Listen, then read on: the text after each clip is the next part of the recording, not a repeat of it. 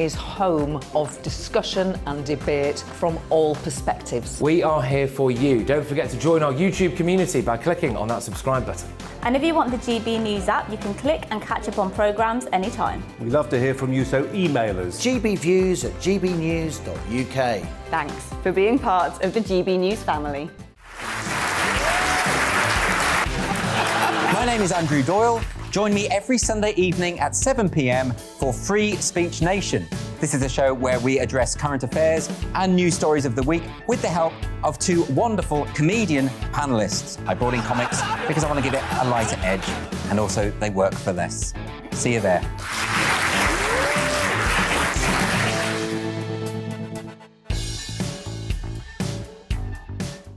Join my show Farage, 7 p.m. till 8 p.m. Monday through Thursday, and there you will get opinion, analysis, debate, and I'll cover stories that nobody else dares to touch. And then for the last 15 minutes, talking pints. We're over a drink. We have a civilised conversation with someone. We very often disagree, but we do it in a grown-up way. Come and join me on Farage.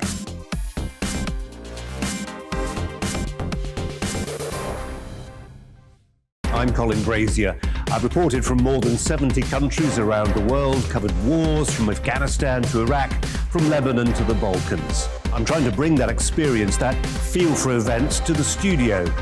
And something else, I'm ready to give an opinion. Today's stories with a spark.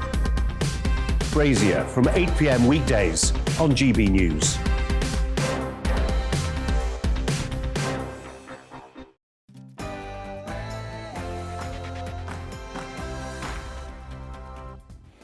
No spin, no bias, no censorship. I'm Dan Wootton. Tonight, will the world finally accept that Harry and Meghan are just deluded fantasists? My superstar panel, Amanda Platel, Albie Amancona and Daisy McAndrew, weigh in after a special digest on today's mic drop moments in court. Why the heck should Scots be forced to accept COVID passports for pubs, restaurants and cafes? We'll debate this latest attack on our civil liberties and the clash. Will the Queen make a return to public life on Remembrance Sunday? And, you know, is the growing fears over her health starting to dissipate? Royal expert Robert Jobson gives his verdict in Crown Jewels. In The Outsider, Brendan O'Neill asks, is the mainstream media brainwashing Brits into accepting a net zero agenda? With Biden tanking at the Republicans and Trump a shoo-in for the White House, political game-changer Governor Sarah Palin, the former Republican vice presidential nominee, joins me live from Alaska. And Lionel Shriver, best-selling author of We Need to Talk About Kevin, is uncancelled and warning that cancel culture could destroy our imaginations. After the Israel ambassador is threatened at a university, is free speech dying in our educational institutions? We'll debate that and more of today's top stories in the media buzz. Plus, we'll bring you a first look at tomorrow's newspaper front pages, and we'll reveal tonight's greatest Briton and Union Jackass. This is Dan Wootton Tonight. Let's go.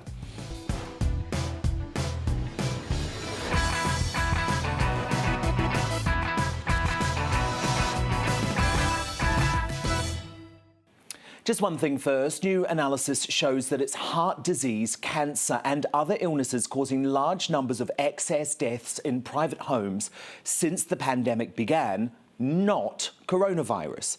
And stats provided to us by Cancer Research UK point to some of the true cost of lockdowns. Nearly 16,000 fewer referrals for suspected cancer in England in August 2021 compared to normal. 5 to 10 times more patients waiting 6 weeks or more for key diagnostic tests at that time.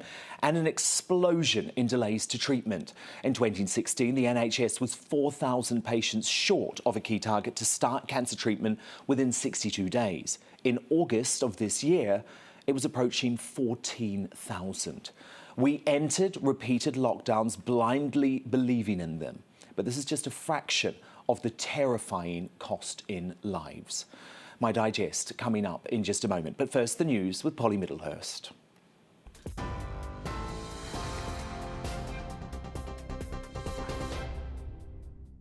Good evening. Your latest GB News this hour. Boris Johnson says the world is closer than ever to the beginning of the end of climate change. Negotiators from nearly 200 countries are scrutinising a first draft of the COP26 agreement, hoping to strike a deal before the summit ends on Friday. That comes as the United States and China, the world's biggest polluters, announce a joint declaration to enhance action. The Prime Minister says world leaders must go further than the 2016 Paris Agreement. Is ultimately a pledge of action still to come. And it's very frustrating to see countries that have spent 6 years conspicuously patting themselves on the back for signing that promissory note in Paris, quietly edging towards default. Border Force vessels are involved in multiple rescue operations in the English Channel today. GBNews has been told they're dealing with at least 20 separate incidents. That's after another group of boats were intercepted earlier on. And today, more than 500 people were found in UK waters. Ghislaine Maxwell has appeared in court in New York in the latest hearing in the case which she's accused of sex trafficking. She also faces other charges related to Jeffrey Epstein's child abuse between 1994 and 2004. She denies all charges and has pleaded not guilty. The judge is currently deciding which expert witnesses will be able to testify at her trial, which starts on the 29th of November. The next stage is jury selection, which will happen next Tuesday. Russia has sent 2 bomber planes in to patrol Belarusian airspace at its border with Poland. German Chancellor Angela Merkel asked President Vladimir Putin to intervene over the thousands of migrants that have been converging at the border. Putin has blamed the EU for escalating the situation, saying they're trying to strangle Belarus by blocking the border. And the Environmental Photographer of the Year winners have been announced. Antonio Aragon Renuncio won the top prize for the Rising Tide Suns, a picture of a boy sleeping in his home destroyed by coastal erosion in Ghana. Then Young Environmental Photographer of the Year went to Aman Ali for his picture of Indian wildfires called Inferno. And then Kevin Ocheng Onyango has won the Climate Action category with The Last Breath. And Michel Lapini is the Environments of the Future winner for his picture of flooding at the River Paniero in Italy. You're right up to date. I'm back in an hour. Here's Dan.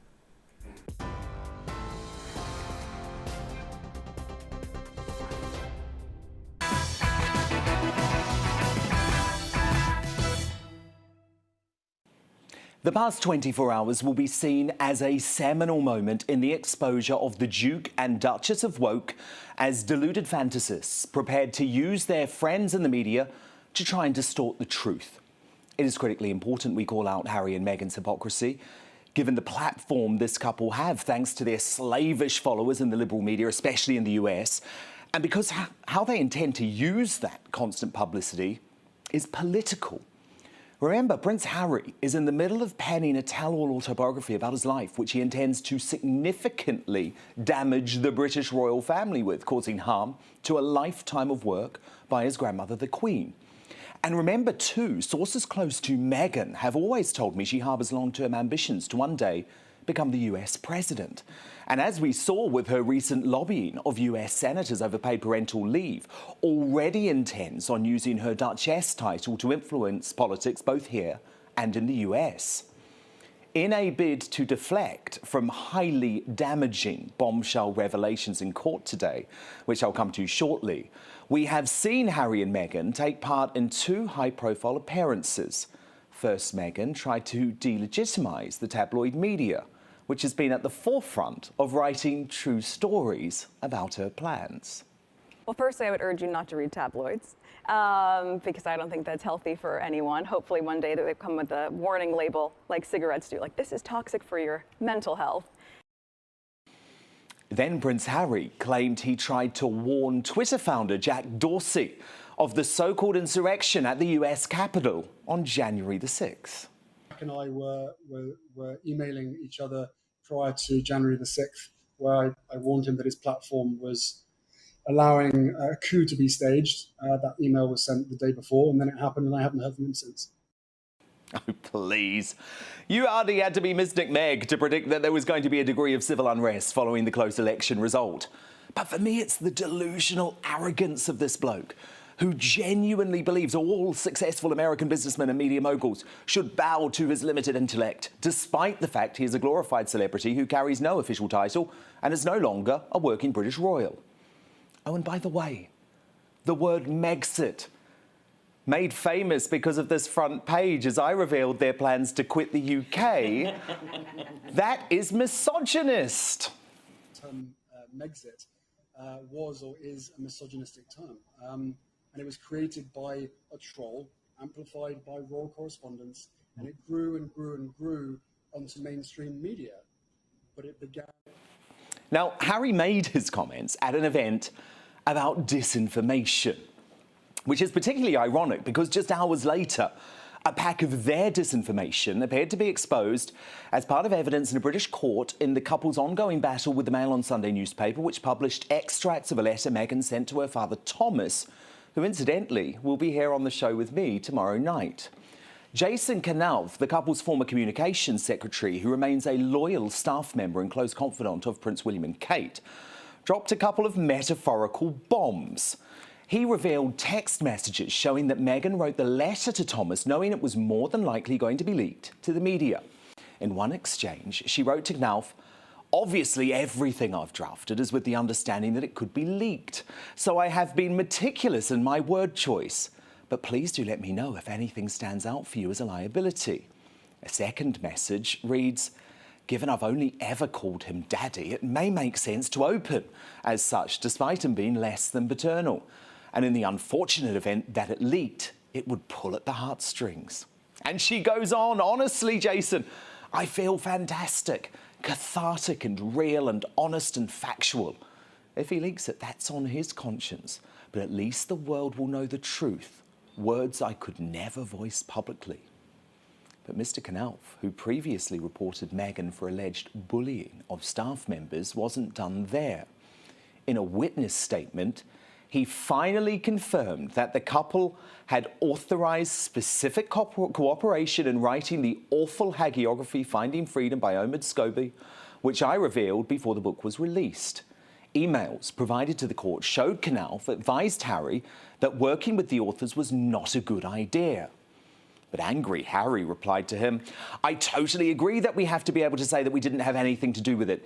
Equally, you giving the right context and background to them would help get some of the truths out there. The truth is very much needed and would be appreciated, especially around the Markle wedding stuff. But at the same time, we can't put them directly in touch with her friends."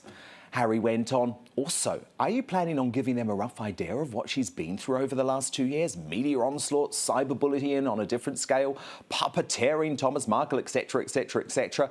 Even if they choose not to use it, they should hear what it was like from someone who was in the thick of it. So if you aren't planning on telling them, can I?" And Meghan then sent over a list of so-called briefing points for Knauf to speak to the authors about, which included really horrible details, actually, about her half-sister, Samantha, her dad, Thomas, and also her version of the infamous Tiaragate, another story I first revealed despite denials from Harry and Meghan. So after that mic drop moment from Knauf, the Duchess had to admit to the court in a new witness statement today that what she had said in the past wasn't true.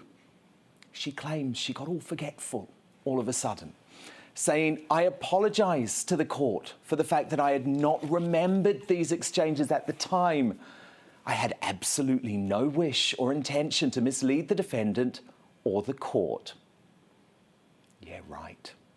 Today's revelations seem so crucial because they are part of a pattern of behaviour I've followed over many years that suggests that Harry and Meghan have zero credibility when it comes to truth-telling. Just look at their Oprah abomination.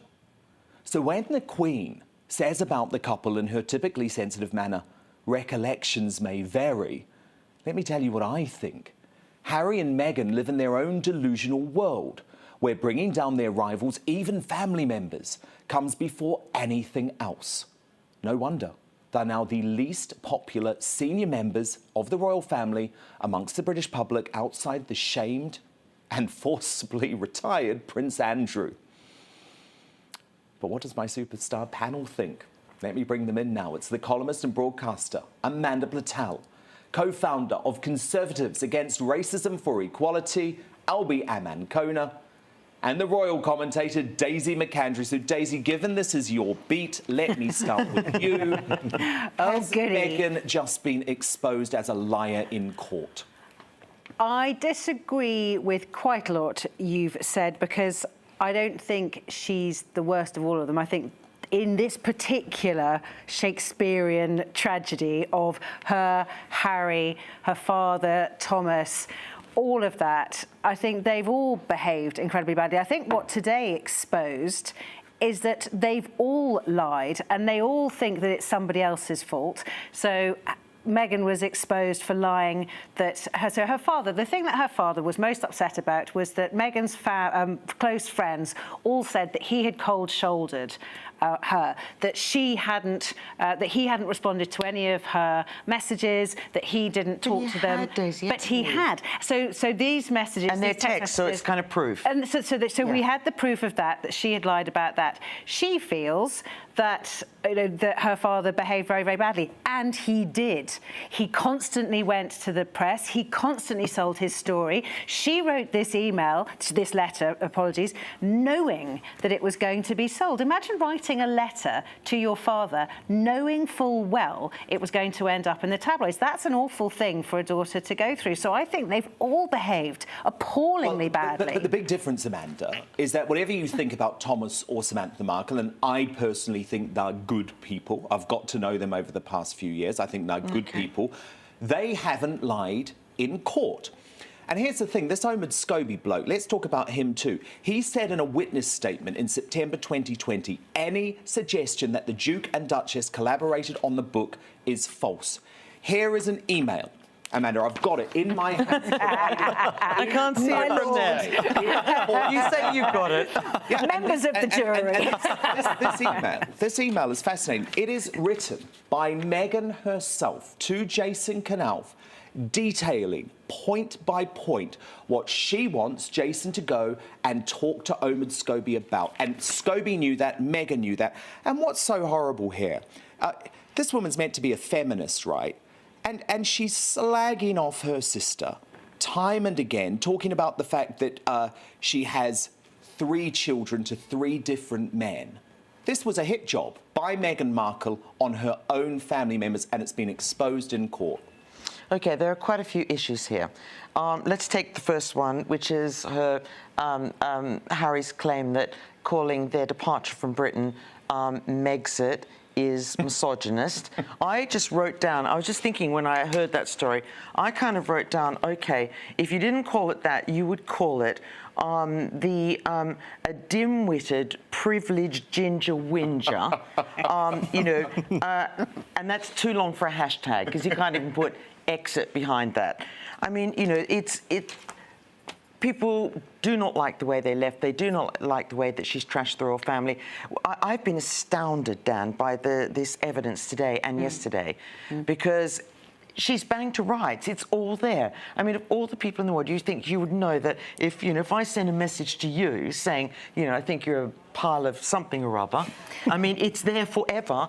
But no matter what the judge has got to decide, or what this case has got to decide, is whether this letter was, in a way, her private property. That's all it comes down to. It's not whether she lied about that. No, but really, it's quite clear it's the legal issue, whether it was private. I think it's quite clear from the evidence today that... I think what Mail on Sunday today is absolutely sensational, because to me, they've won this case. I don't care what the judge now decides, because they would have say that, Dan. won this case, because they have proven that Meghan will be prepared to tell porcupines. Albie, I want to bring you in. You're a bit of a fan of Ms. Markle, aren't you? I'm not as much of a hater as you are, Dan. Look, I I find this entire situation, to be honest, really quite sad because I remember how the action. Well, lots has happened. Lots has happened since they got married. But my view is that I really regret everything that's happened with the Duke and Duchess of Sussex. I remember I was so happy when they got married that Harry had finally found his princess. The whole country was happy. I know. Many people across the world were happy. You know, a lot of people in my family were excited. We're a multiracial family. The royal family were going to be a multiracial family. It was very exciting for everyone. It was beautiful. And to see the way that things have happened and the bad behaviour on all sides that has happened is just really sad. And I think the Duke and Duchess of Sussex aren't really contributing to anything meaningful. I think the royal family have lost an asset. I think the country has lost an asset. No one looks good at the end of this situation. OK, can I just ask you one thing? Don't you think it's really sad that a father's lost his daughter? Yes, because I think the relationship between a father and a daughter is one of the most... Meghan in court today, and to me this is the most heartbreaking thing actually, she admitted in these court papers before she met Harry, the relationship with her father was incredibly strong. Yeah. Don't let a bloke, no matter or their family, come between you and your dad. And then the second thing, Daisy, that I thought was quite astonishing is that she revealed that royal aides had actually suggested that she fly to Mexico, try and broker some sort of peace between her father. And remember, that's what people like me at the time were saying, just do it, just get on a plane. And that Meghan turned that offer down. And I just thought, oh, my God. That is what some people are saying. I completely get that. They are also saying... I mean, I also have some sympathy with her argument, which is that the relationship...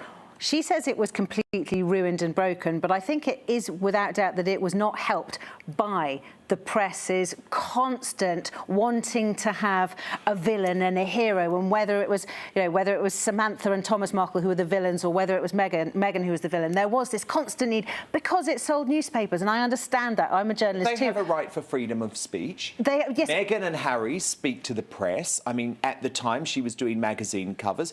I believe that Thomas Markle and Sam Markle had a right to tell their story, given that they had... I think the way they told their stories was really unseemly. I think it was really unhelpful. I mean, I am not saying that that Meghan hasn't done anything wrong, but I don't think she's done as much wrong as you think she has. So she says that the tabloid press ripped her family apart and that she was trying, to get something together. We know that Harry was constantly calling Thomas, and Thomas refused to pick up the phone or reply. We know that because that was in court today. That doesn't look good from Thomas's point of view. We know he sold his story. We know he did sold this letter. He got an incredibly personal letter, and I think some of it has been taken out of context. Well, I don't think, unless I've missed something today, I don't think there's any evidence that Thomas sold the letter. There's no evidence that he didn't, and he hasn't denied that he sold it. No, I'm pretty sure at the time the Mail on Sunday made very clear that Thomas Markle had not received payment for the letter. But Dan, at the end of the day, you've got... Well, he still leaked it. How old are Harry and Meghan's children now? 2 and an infant. And not only is he never the father, Thomas has never met his wife's husband nor the children. Look, Thomas is going to be here tomorrow night. Oh, can I come back? Can we all come back tomorrow? You can send me some questions.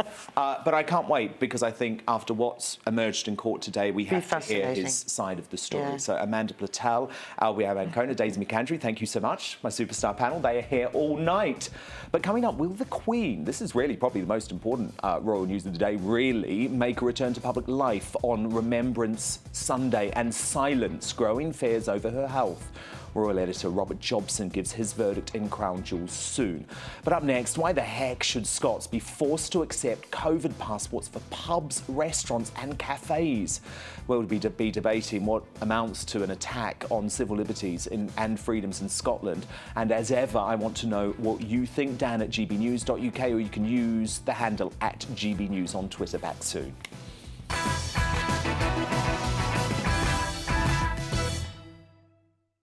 You're watching GB News live across the UK and the world on our digital stream. GB News is Britain's news channel. We are the UK's home of discussion and debate from all perspectives. We are here for you. Don't forget to join our YouTube community by clicking on that subscribe button. And if you want the GB News app, you can click and catch up on programmes anytime. We love to hear from you, so email us. gbviews@gbnews.uk. Thanks for being part of the GB News family. My name is Andrew Doyle. Join me every Sunday evening at 7 p.m. for Free Speech Nation. This is a show where we address current affairs and news stories of the week with the help of two wonderful comedian panellists. I brought in comics because I want to give it a lighter edge, and also they work for less. See you there.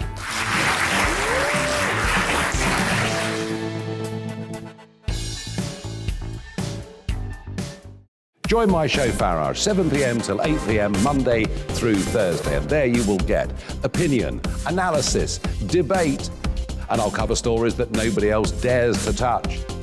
And then for the last 15 minutes, talking pints. We're over a drink. We have a civilised conversation with someone. We very often disagree, but we do it in a grown-up way. Come and join me on Farage.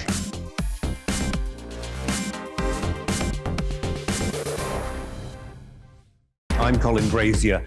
I've reported from more than 70 countries around the world, covered wars from Afghanistan to Iraq, from Lebanon to the Balkans. I'm trying to bring that experience, that feel for events, to the studio. And something else, I'm ready to give an opinion. Today's stories with a spark. Brazier from 8 p.m. weekdays on GB News.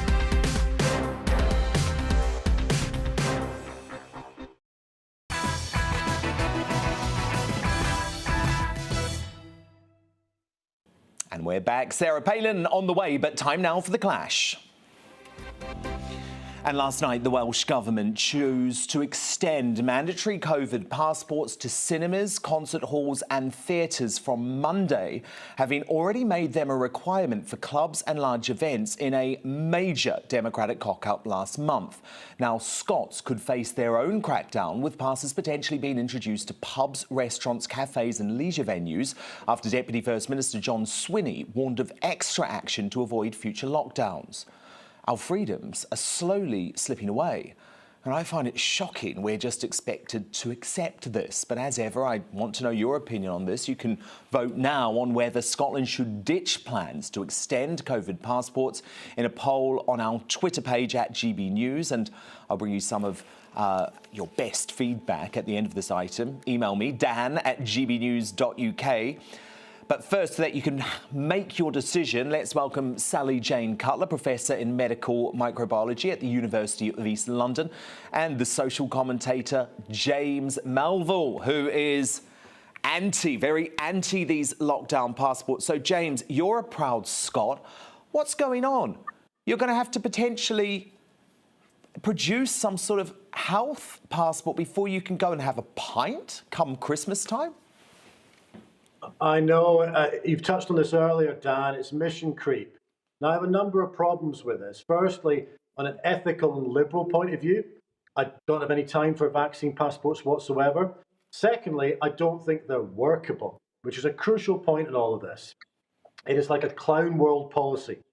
They're not workable for a couple of reasons. Firstly, organisations will try and find a way around that. Secondly, looking at recent research from the hospitality industry in Scotland, based on what they've done with nightclubs already, takings are already down 46%. So it has yet another hammer blow to the hospitality industry. And the other aspect, which has been touched on a lot of times, is the fact that if you have the jab, there's a lot of evidence to suggest that it suppresses cases, in terms of serious cases. But there isn't the evidence to suggest that it stops transmission. So therefore, there's a danger that vaccine passports in venues, when people are very tactile, such as in pubs and nightclubs, there's a danger that it becomes counterproductive and actually causes a risk for more transference of the virus on a number of different levels. It is not practical and it is simply not liberal. Well, let me bring Sally Jane Cutler in on that. So James, and I agree with him actually, says this could be counterproductive scientifically. No, I don't agree it's counterproductive.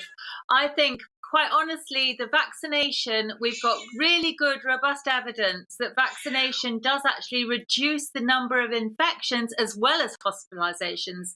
It doesn't totally stop infection, as he rightly said, but it does reduce the number of infections by about 50 to 60%, which does have an impact. Sure, those people that do get infected, even if they're vaccinated, can still transmit that virus on to other people. That is true. But you're getting much less infection in that group.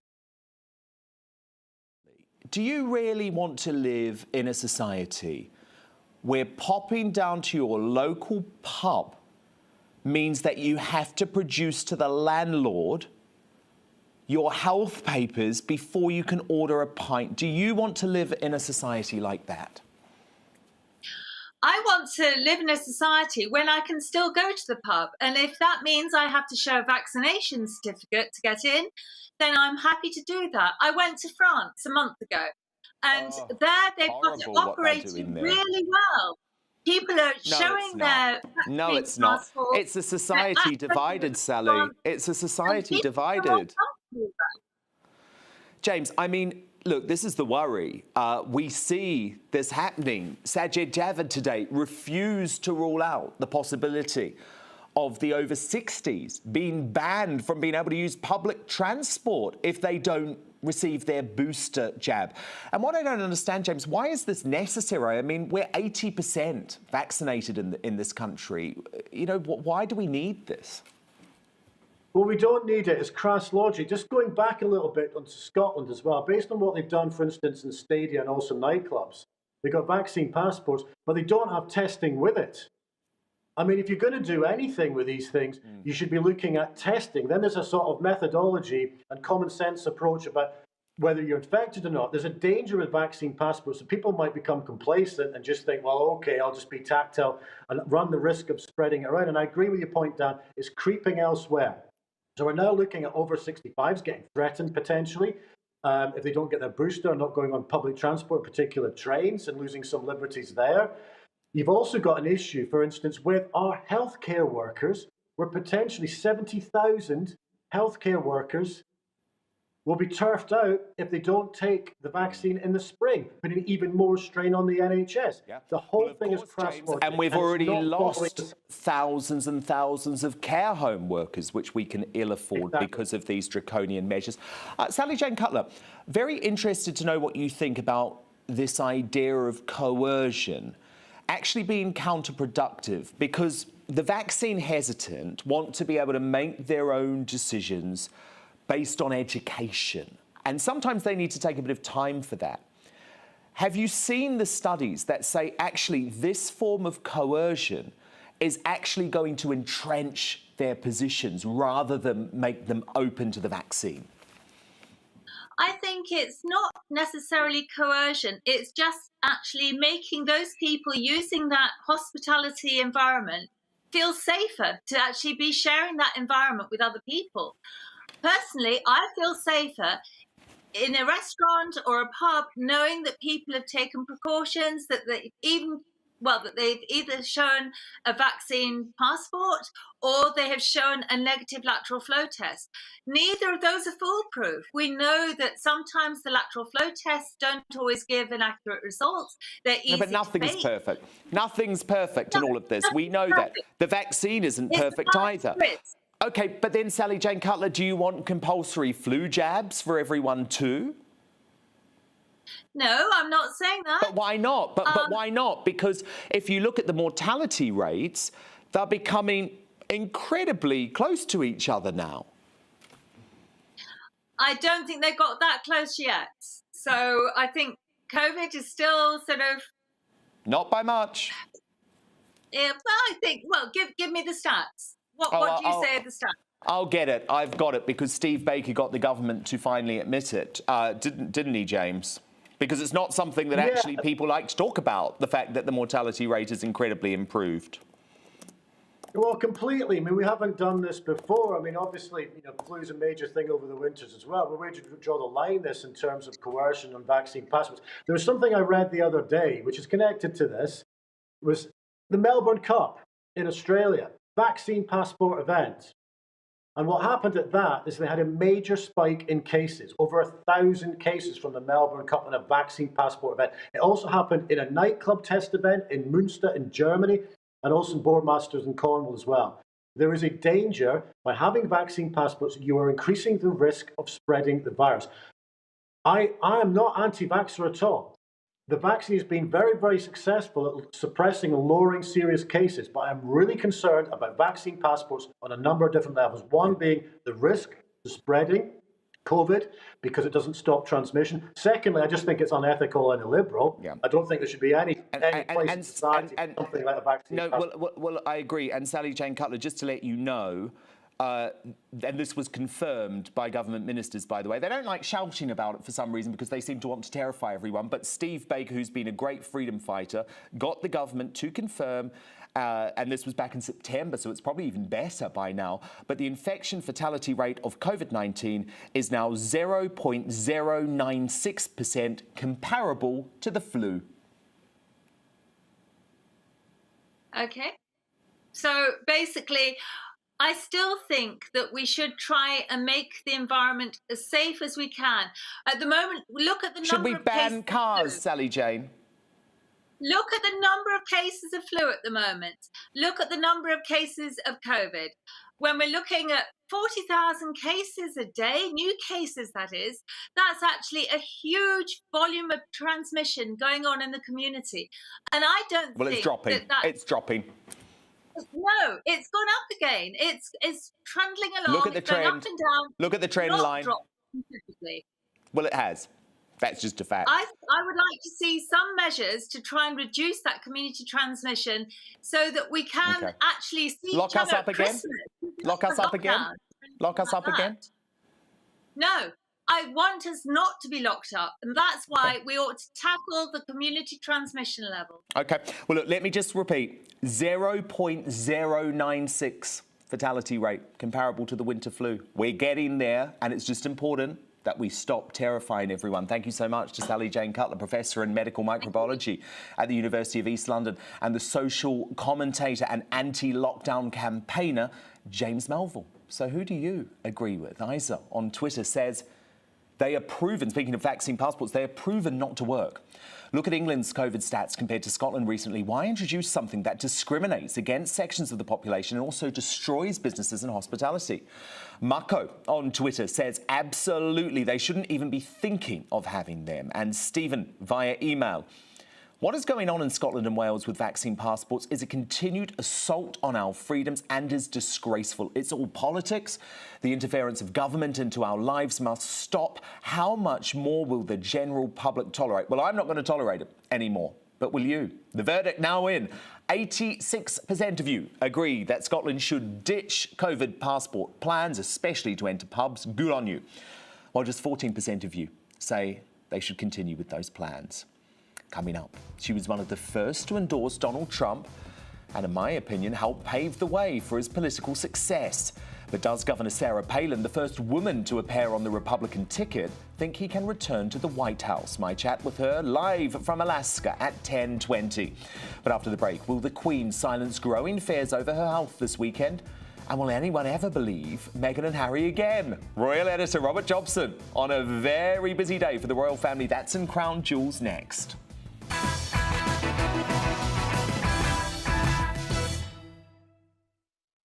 You're watching GB News live across the UK and the world on our digital stream. GB News is Britain's news channel. We are the UK's home of discussion and debate from all perspectives. We are here for you. Don't forget to join our YouTube community by clicking on that subscribe button. And if you want the GB News app, you can click and catch up on programmes anytime. We love to hear from you, so email us. gbviews@gbnews.uk. Thanks for being part of the GB News family. My name is Andrew Doyle. Join me every Sunday evening at 7 p.m. for Free Speech Nation. This is a show where we address current affairs and news stories of the week with the help of two wonderful comedian panellists. I brought in comics because I want to give it a lighter edge, and also they work for less. See you there.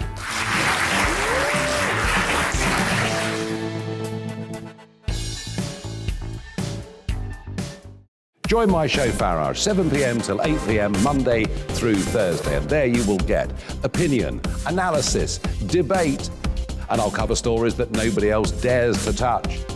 And then for the last 15 minutes, talking pints. We're over a drink. We have a civilized conversation with someone. We very often disagree, but we do it in a grown-up way. Come and join me on Farage.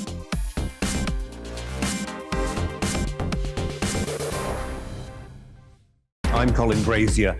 I've reported from more than 70 countries around the world, covered wars from Afghanistan to Iraq, from Lebanon to the Balkans. I'm trying to bring that experience, that feel for events, to the studio. And something else, I'm ready to give an opinion. Today's stories with a spark. Brazier from 8 p.m. weekdays on GB News.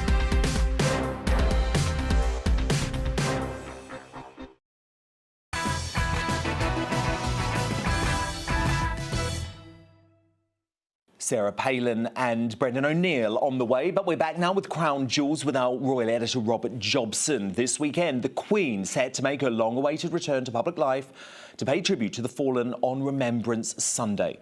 Buckingham Palace have said it is Her Majesty's firm intention to appear at the cenotaph after reluctantly following doctors' advice 3 weeks ago to rest, which sparked concerns for the 95-year-old's health.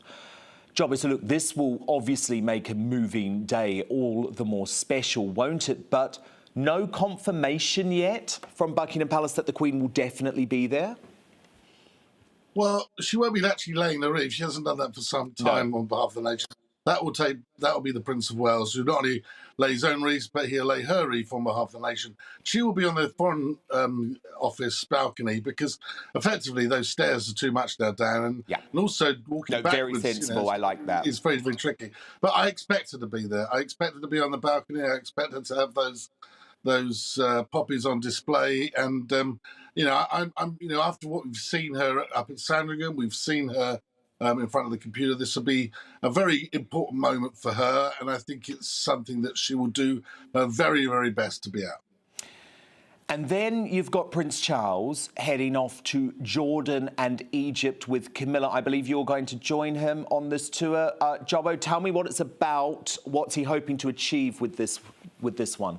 Well, really, I mean, this is the first royal overseas visit for 2 years, Dan, and you've got to remember, as we are in the moment in a monarchy in transition, where I think, the Prince of Wales is doing a lot of the heavy lifting, quite rightly, for the Queen, and that includes these foreign overseas visits, which are all about diplomacy. They're all about dealing with our soft diplomacy, it's called, soft power. It's effectively a state visit to Jordan, where he'll see privately, I think he'll see the King, and then he's got a number of engagements, then go on off to Egypt afterwards, where again that's a very, very important meeting in terms of what the Foreign Office want in the Middle East. Where actually Charles is actually very well received, and we'll be doing Crown Jewels from there next week, I think. So that should be fun. Slightly better than when my position at the moment in a hotel room in London. No, I'm looking forward to that, Joe. I'm jealous.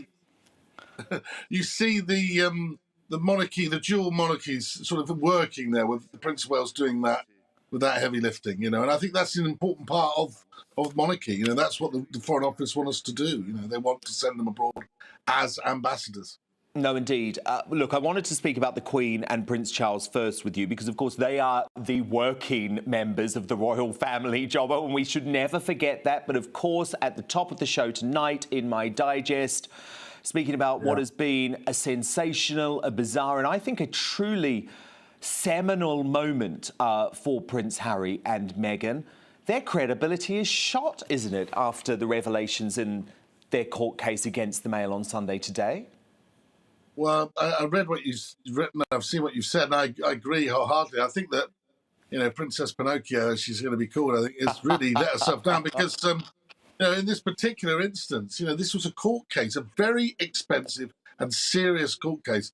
To suddenly say you've had a recollection that you actually told Jason Kanouf, the head of comms, that, to cooperate with the Finding Freedom book. But in the first round, which of course she won, she didn't say that, and she in fact steered us down another alleyway. So I mean, I think she's on dangerous grounds here. I mean, because a lot of money has been spent on this case. And I know that the judge in the case, Mr. Warby, ruled in her favour the last time, but, you know, making a public apology to the court for it brings back memories, doesn't it, of what the Queen said about varying recollections about the truth.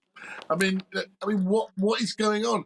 And then Harry's got the brass neck, frankly, to label all the royal commentators like myself pirates, which I quite like. I think it's quite fun.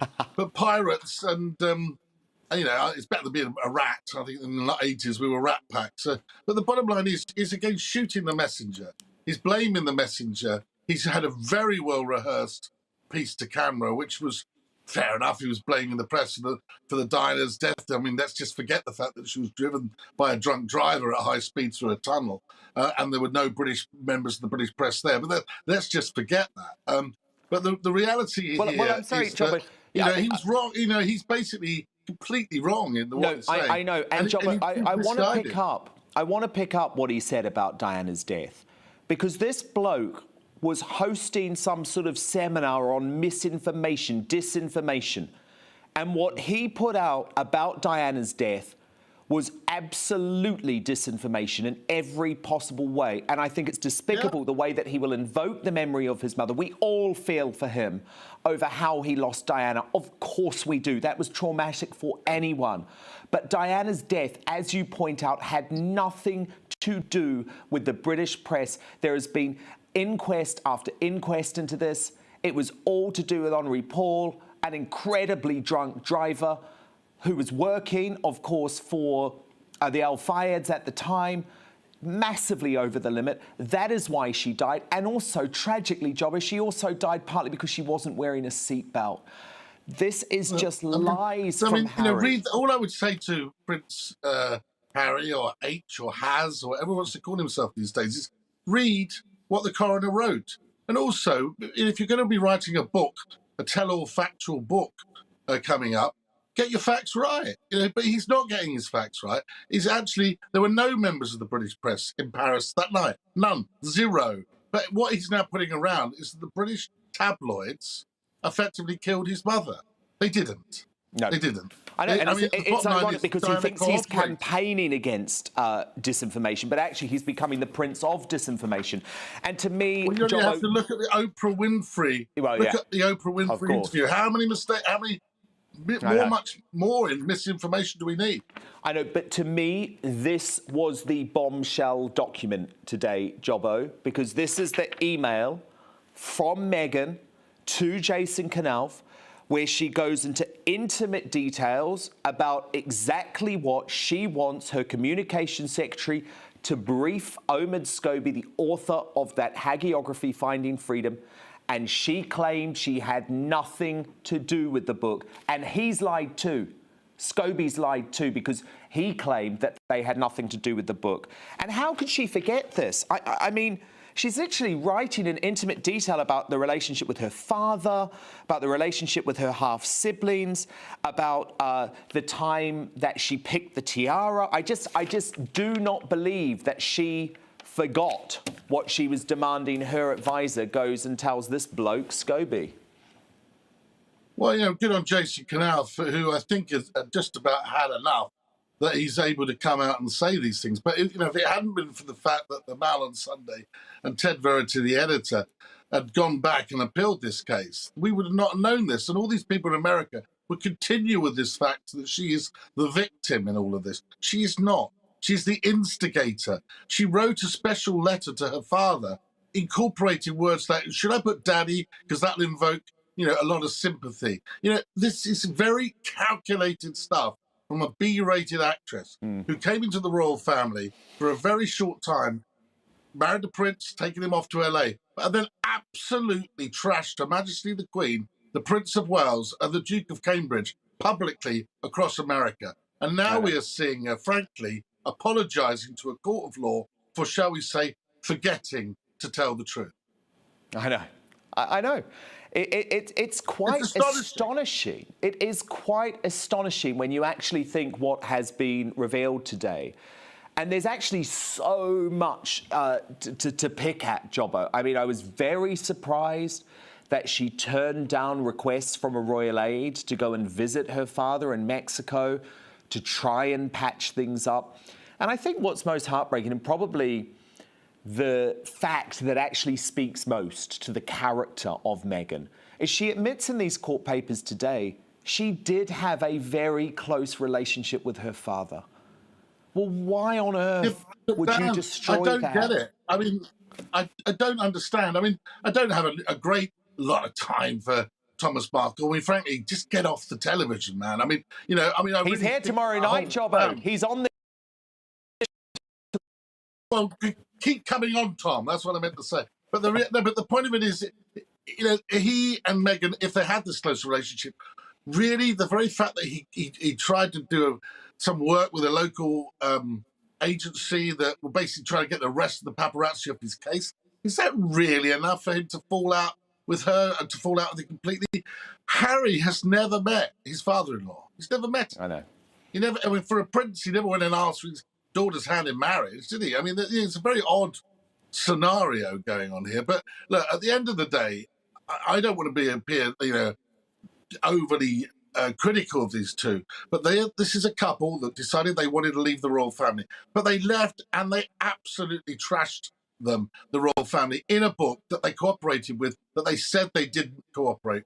They said that. And if it wasn't for the honesty and the integrity of Jason Knuth, and the fact that Ted Verity at the Mail on Sunday has appealed this and has taken a big risk in terms of the money that's involved, I just hope the legal system is able to see through some of the situations here, because, you know, if it hadn't been for an appeal, the British public, the American public, the public at large would not have known about these truths. And that's not great for the legal system, because it's needed an appeal to get them out.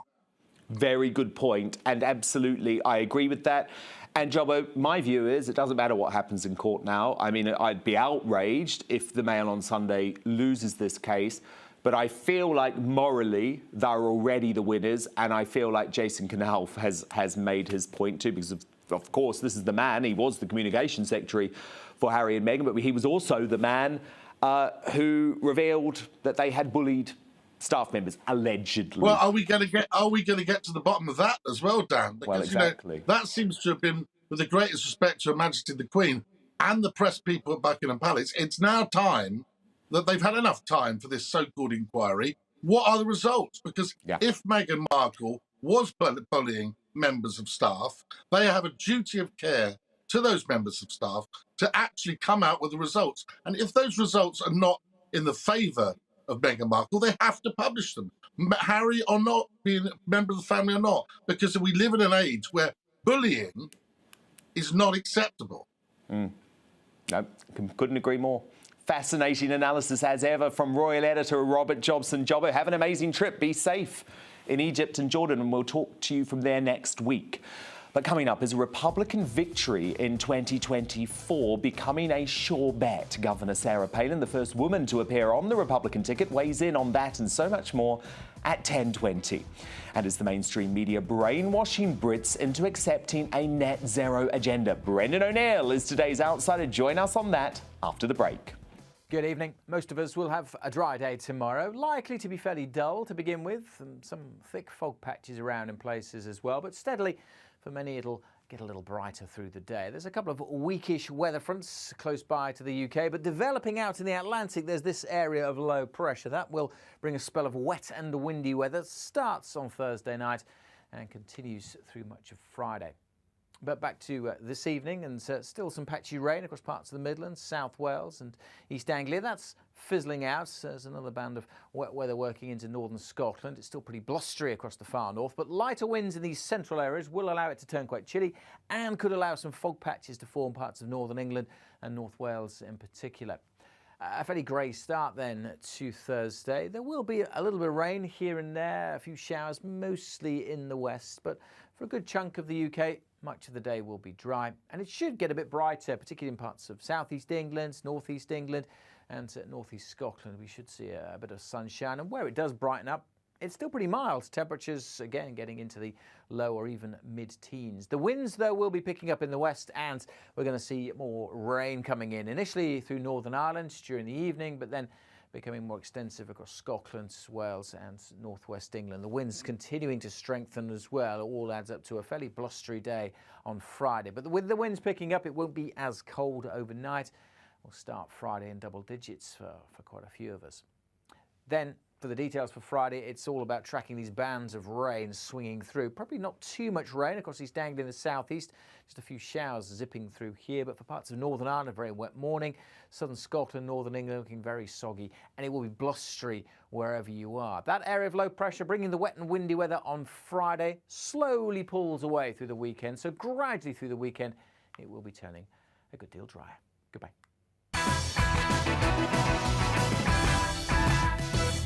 You're watching GB News live across the UK and the world on our digital stream. GB News is Britain's news channel. We are the UK's home of discussion and debate from all perspectives. We are here for you. Don't forget to join our YouTube community by clicking on that subscribe button. And if you want the GB News app, you can click and catch up on programmes anytime. We love to hear from you, so email us. gbviews@gbnews.uk. Thanks for being part of the GB News family. My name is Andrew Doyle. Join me every Sunday evening at 7 p.m. for Free Speech Nation. This is a show where we address current affairs and news stories of the week with the help of two wonderful comedian panellists. I brought in comics because I want to give it a lighter edge, and also they work for less. See you there.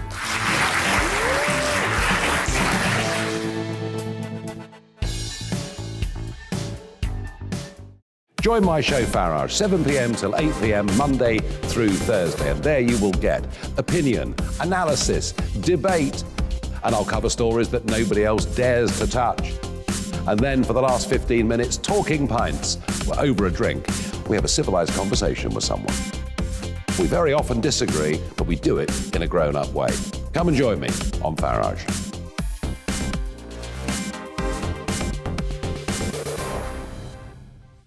I'm Colin Brazier. I've reported from more than 70 countries around the world, covered wars from Afghanistan to Iraq, from Lebanon to the Balkans. I'm trying to bring that experience, that feel for events, to the studio. And something else. I'm ready to give an opinion. Today's stories with a spark. Brazier from 8 p.m. weekdays on GB News.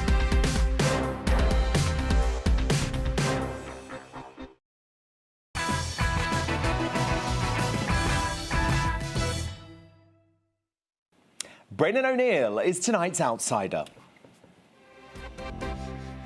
The mainstream media is nudging us towards green groupthink, and no, Woketopians, this can't be written off as some sort of conspiracy. Despite its chief executive, Dana Strong, regularly commuting 3,500 miles by private jet, Sky has exposed its environmental agenda in a brainwashing playbook called The Power of TV, nudging viewers to decarbonise their lifestyles. It's a title that Brendan O'Neill says sends a shiver down the spine and is social engineering in everything but name. And Brendan, who is chief political writer of Spike, joins me now. I mean, Brendan, you know, I thought TV was meant to be about great fun or brilliant drama, but apparently it's to try and make us eat less meat and catch less flights. I have always loved Sky, but this seriously makes me want to get rid of my subscription.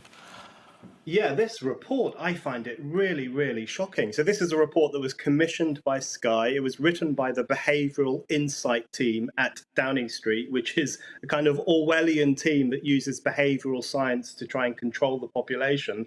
And this report essentially says that TV must become a powerful tool of persuasion to alter people's attitudes and improve our behaviour, especially in relation to climate change.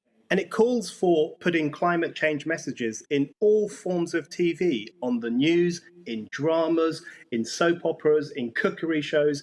Everything, according to this report published by Sky, has to have a climate change message. So this is really a demand for television to become a tool of eco-propaganda to try and brainwash the masses to be more eco-friendly. I find it really sinister.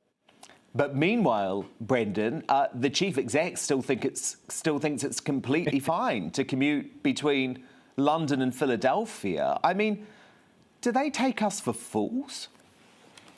Well, you know, the Green movement is absolutely up to its neck in hypocrisy. And there is no other movement in modern times that is as hypocritical as the Green movement. You know, we've got, as you say, the boss of Sky flying across the Atlantic. We've got all these wealthy, powerful people at COP26 in Glasgow. 400 private jets went to COP26. There were motorcades of gas-guzzling cars and limousines. They all lived it up while they were there. You know, they are all using more carbon in these 2 weeks than most of us use in about 10 years. So there's a lot of hypocrisy, and I think that really is summed up, sadly, by Sky, because, you know, Sky does lots and lots of great TV. There is no question about that. But it is becoming a bit too fond of the eco-propaganda without living up to those standards itself. I know, and what happens to period drama, Brendan, or, you know, or sports coverage of car racing? I mean, come on, it's just so depressing. You can't make everything eco-friendly, and you don't want to, because it's entertainment or it's enjoyment or it's fun. Yeah, everything is going to be infused with this message if the behavioural insight team and Sky get their way.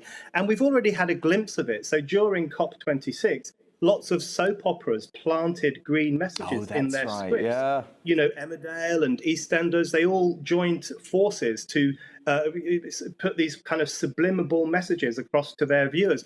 I think we're going to see more and more of that, the use of TV to hector ordinary people to change their behaviour. But as you say, what we want when we watch TV, we want great drama, great entertainment, reliable, neutral news. We want to be made to think about the world in a new way. We don't want to be beaten over the head by these green zealots telling us how to live. And I think lots of people will switch the channel if they turn out like that.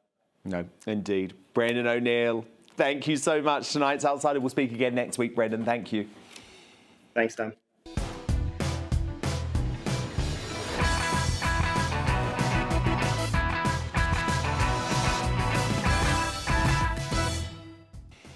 Still to come in the second hour of the show, with Biden tanking, are the Republicans and Trump a shoo-in for the White House? Political game-changer Governor Sarah Palin, the former Republican vice presidential nominee, joins me live from Alaska.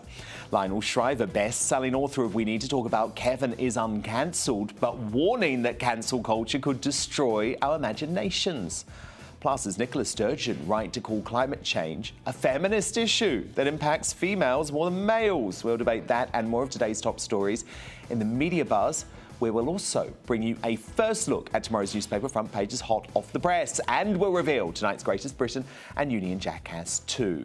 But just one thing first, Downton Abbey is opening its doors yet again, and I, for one, can't wait for it to return. A 15-second teaser for Downton Abbey, A New Era, the period drama's second big-screen adventure, just released today ahead of its first official trailer this weekend. The film's out in March, but here's the first look.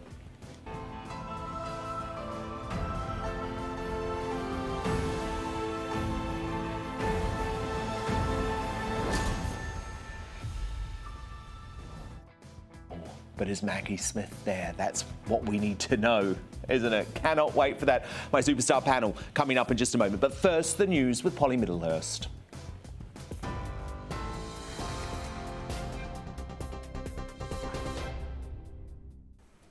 Dan, thank you. Your latest news headlines this hour. Boris Johnson says the world is closer than ever to the beginning of the end of global climate change. Negotiators from nearly 200 countries are scrutinising a first draft of the COP26 agreement, hoping to strike a deal before the summit ends on Friday. The Prime Minister says world leaders must go further than the 2016 Paris Agreement. It was ultimately a pledge of action still to come. And it's very frustrating to see countries that have spent 6 years conspicuously patting themselves on the back for signing that promissory note in Paris, quietly edging towards default. Meanwhile, the United States and China, the world's biggest polluters, have announced a joint declaration to reduce emissions. US climate envoy John Kerry says every step matters. The United States and China have no shortage of differences, but on climate, Cooperation is the only way to get this job done. Sir Geoffrey Cox, who's been accused of misusing his office in Westminster for a second job, says he doesn't believe he's broken parliamentary rules. Labour has called for a standards investigation after an image appeared to show the Tory MP carrying out private professional work from his Westminster office. Boris Johnson says MPs must follow the rules and those who don't should be punished. Border Force officials are involved in multiple rescue operations in the English Channel again today. GBNews has been told they've been dealing with at least 20 separate incidents. That's after another group of boats were intercepted earlier on today. Yesterday, more than 500 people were found in UK waters. Ghislaine Maxwell has appeared in court in New York in the latest hearing in the case in which she's accused of sex trafficking. She also faces other charges related to Jeffrey Epstein's child abuse between 1994 and 2004. She's pleaded not guilty. The judge in the case is now deciding which expert witnesses will be able to testify at her trial, which starts on the 29th of November. And the Environmental Photographer of the Year winners have been announced. Take a look at these. Antonio Aragon Renuncio won the top prize for the Rising Tide Suns, a picture of a boy sleeping in his home destroyed by coastal erosion in Ghana. Young Environmental Photographer of the Year went to Aman Ali for his picture of Indian wildfires called The Inferno. And Kevin Ocheng Onyango has won the Climate Action category with his image, The Last Breath. You're up to date. I'm back in an hour.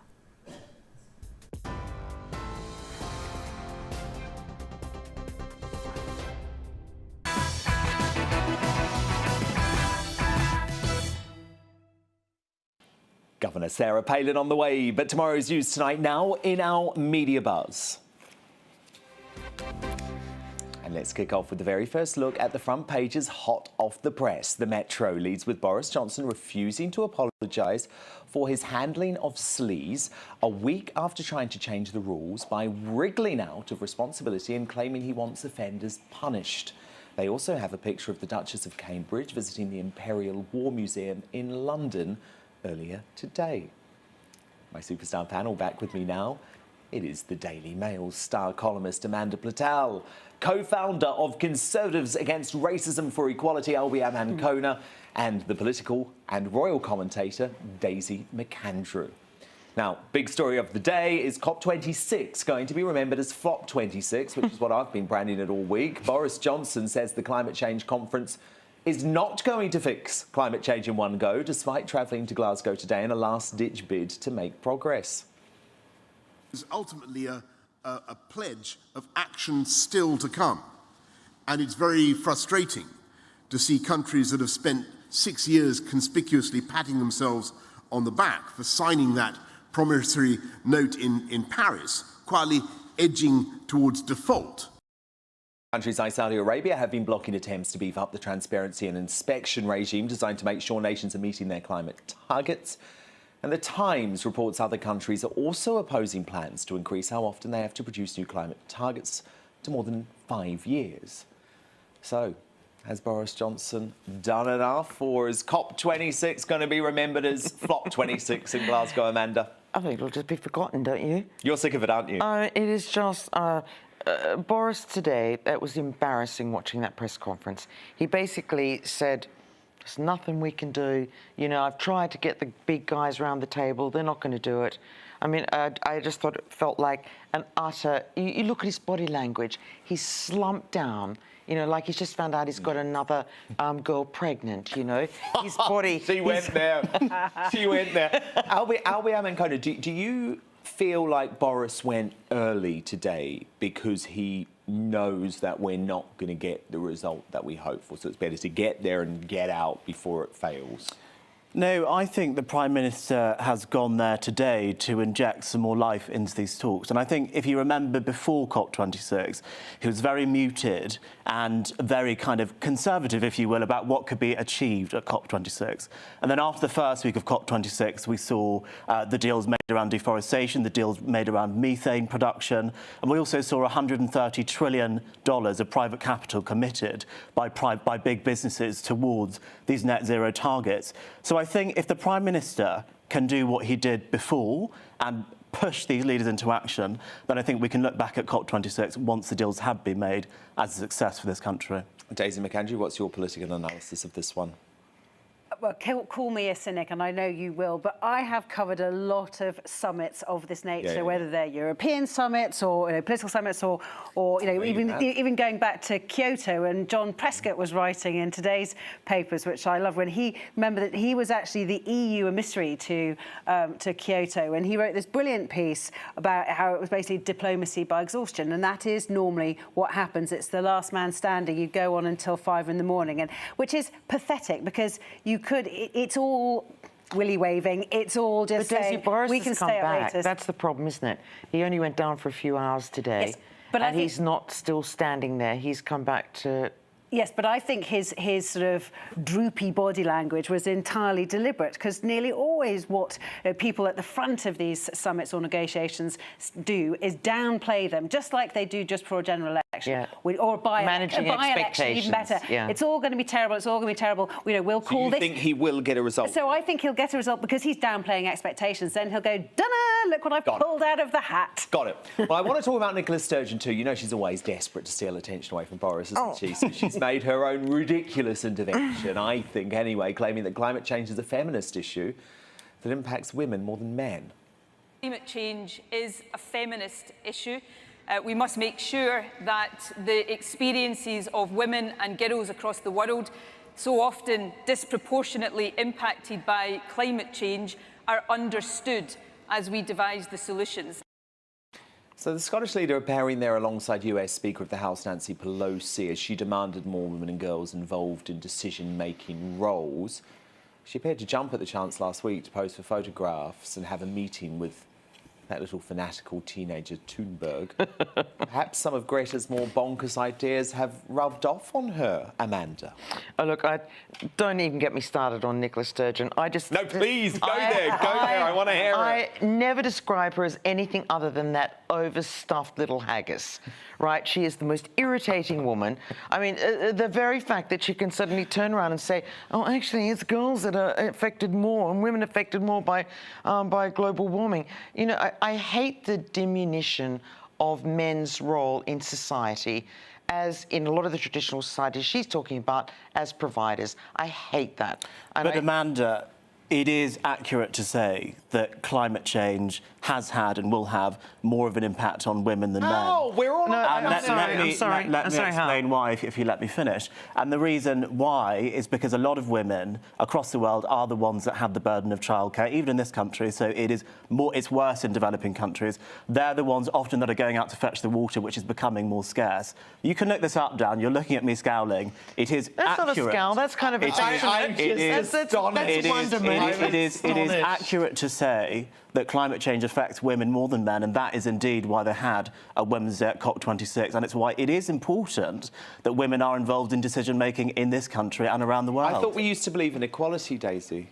Yes, I think what she's done by using the word feminist, exactly. She's skewed the argument. What she's actually talking about, or what Abdi's talking about, is that women in developing nations, or nations sub-Saharan Africa, wherever it might be, where the desertification of those areas is forcing people out of their homelands, it is the women who are adversely affected, because those women are not educated, can't get jobs, can't move to the cities and look after themselves. So those are the women, rather than Amanda and myself, we're not affected by climate change any more than you two are, but that's not the point that she was talking about. But she ruined it by using the F word. Just very quick, I think that you've got to look at the real politics. Name me a single female leader of any major country, nation in the world.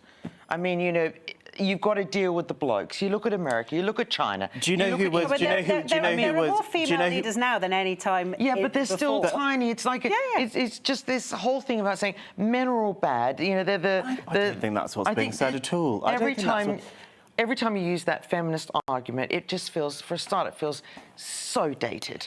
But if you take the word feminist out of it, do you accept what Daisy and I have said about women in developing countries being more affected with climate change than men? Climate change is something. Men still need water to drink. That's not the point. Greta Thunberg, that climate change is now threatening our very survival on Earth, then men are just as threatened as women, and turning it into some sort of pathetic battle of the sexes is just. But that's why we're saying the F word has.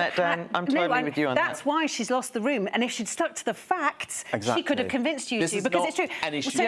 She's never been good on facts, Daisy.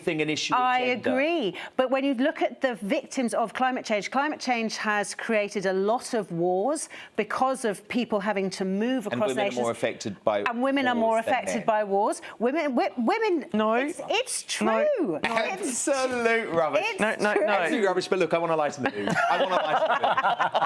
Or lower the tone, you might say. Because, you know, the sexiest man alive has been revealed today, and it shocked a lot of people. And Ant-Man star Paul Rudd seems to be finding it hard to believe, I think, that he has been named by People magazine at the age of 52. So this is what he had to say about it. I'm going to own this. I'm not going to try and, you know, just, be all self-modest. I'm getting business cards made.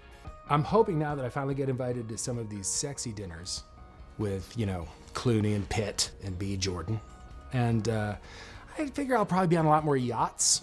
I'm excited to expand my yachting life.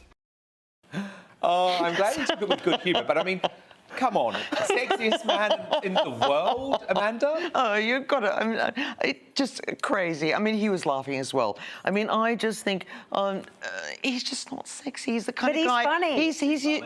Funny is sexy. No, he's your backup guy. He's the kind of non-sexy, slightly funny, androgynous guy that you can kind of put all your dreams into. But maybe that's what women want now, Daisy. I think he's gorgeous. I do. Daisy. But because he's funny, because I'd like to hang out with him. I think he's got a brilliantly dry wit. Not a lot of Americans do.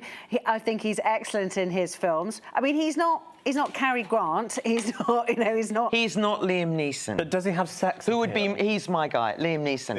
And I think he's your sexiest man alive. I think he's quite single, but I think that I'm about 20 years too old for him, even though he's 10 years older than me. I know what you're saying. Amanda Patel, Albiam Ancona. Daisy McAndrew, do stand by because more media buzz on the way. But coming up, is a Republican destined for the White House in 2024, and could it be Trump? Governor Sarah Palin, the first woman to appear on the party's presidential ticket, weighs in on that and more after the break from Alaska. Plus, is free speech dying in our universities? Our superstar panel weighs in when the media buzz returns. Plus, we'll have more of the front pages for you as well. Don't miss it.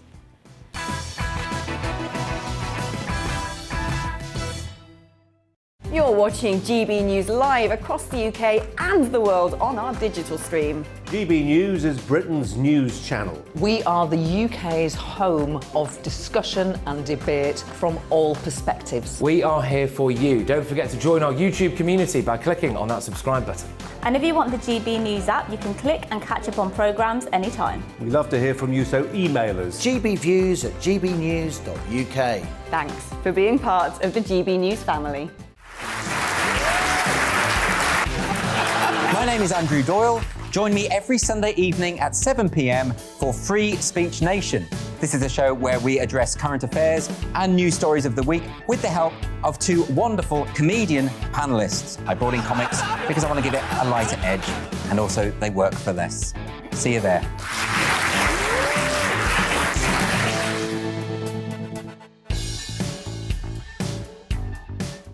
Join my show Farage, 7 p.m. till 8 p.m. Monday through Thursday. And there you will get opinion, analysis, debate, and I'll cover stories that nobody else dares to touch. And then for the last 15 minutes, talking pints. We're over a drink. We have a civilized conversation with someone. We very often disagree, but we do it in a grown-up way. Come and join me on Farage.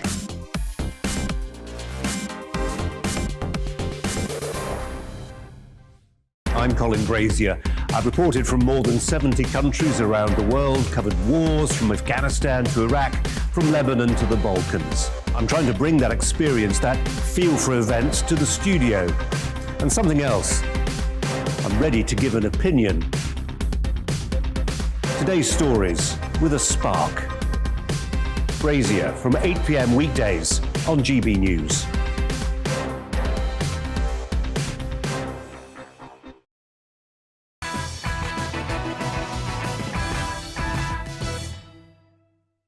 Like we got lost in the The old past week has seen earth-shattering political developments in the US, with the Democrats losing Virginia in the key state's gubernatorial election, delivering a massive blow to Joe Biden, whose approval rating is slumping to the lowest point of his presidency, one of the lowest in history at this stage of his presidency too.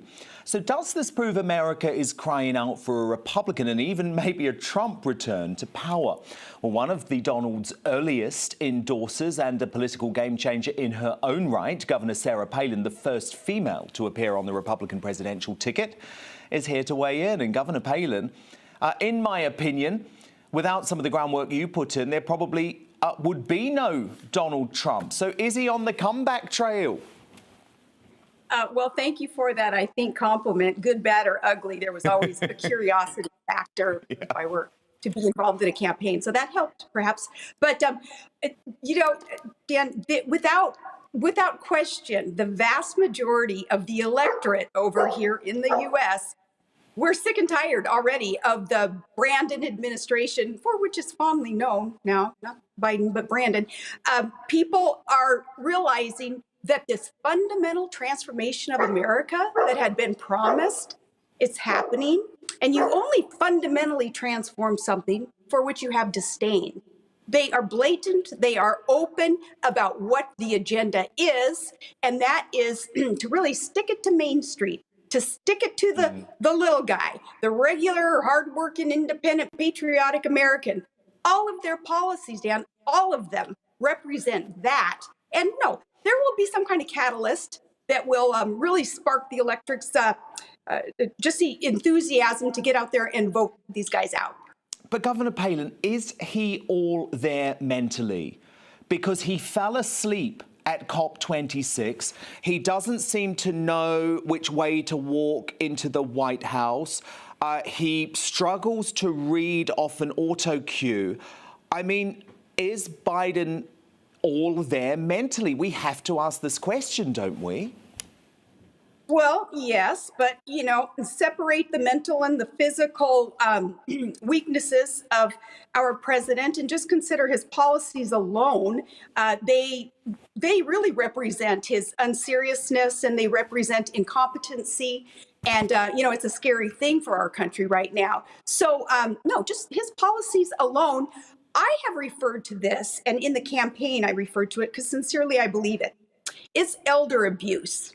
They shove him out there, expecting him in front of a teleprompter, which he doesn't read, in front of reporters, which dare not ask him challenging questions. No. And he, unfortunately, he does not succeed. I don't know the last time that he has succeeded in positively messaging what it is that is needed here in America. So, no, a lot of failure. But then Kamala Harris is widely being regarded as a failed vice president too. Yeah, it's the whole ball of wax. Yes, yes. But again, their policies, everything is quite transparent. And as I travel around the country, I hear everyone asking, oh my goodness, are we going to be able to hang in there for another 3 years with Kamala and with Biden? And yeah, well, look at Afghanistan. Look at Afghanistan. I mean, for the world as well, Governor Palin, this is very damaging what's going on. Well, it is. Other worldwide issues that America has within its control, our administration's control, take national security as it applies to energy sources. There's an inherent link between energy and security and energy and prosperity in any nation. Now, the U.S. was finally a net exporter of energy sources under Trump. One of the very first things that Biden did was reverse that. Ultimately, that makes the world less safe because we rely then on countries without environmental controls. Well, exactly, for one, like over their Russia. Like developments. Russia, of course. Would you have made a better VP than Kamala Harris? Oh, yeah, no question. I agree. I agree. Look, I want to go back a little bit with you, Governor Palin, because there's a bit of a re-evaluation happening about the way that you were treated by the mainstream media when you were running. And I want to play you a fascinating interview with Meghan McCain. Meghan is, of course, the daughter of John McCain. You were the running mate of her father.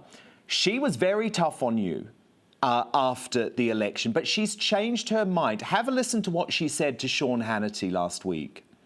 I have a whole new lens of viewing how Sarah Palin was treated and how the people working for my father's campaign really, in my opinion, treated her really horribly, set her up for failure. I think when you're seeing Katie Couric talking about how Ruth Bader Ginsburg is someone she helped look good, I thought, well, obviously, with her book, and I thought that obviously she probably put Sarah Palin in a position to look bad. And by the way, Nicole Wallace was the person who facilitated that interview, who now has a show on MSNBC.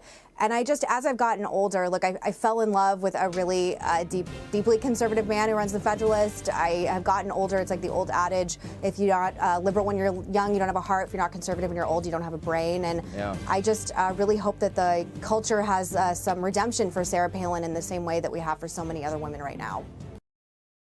Your reaction to that, Governor Palin, it was quite a statement. Well, I have to admit that I really appreciate that. I appreciate her recognition of, there was unfairness, but it wasn't about me. I think it is the attacks on me were about what I represent, because I represent a typical hardworking, independent, patriotic American woman who does not want government on my back. I want it on my side.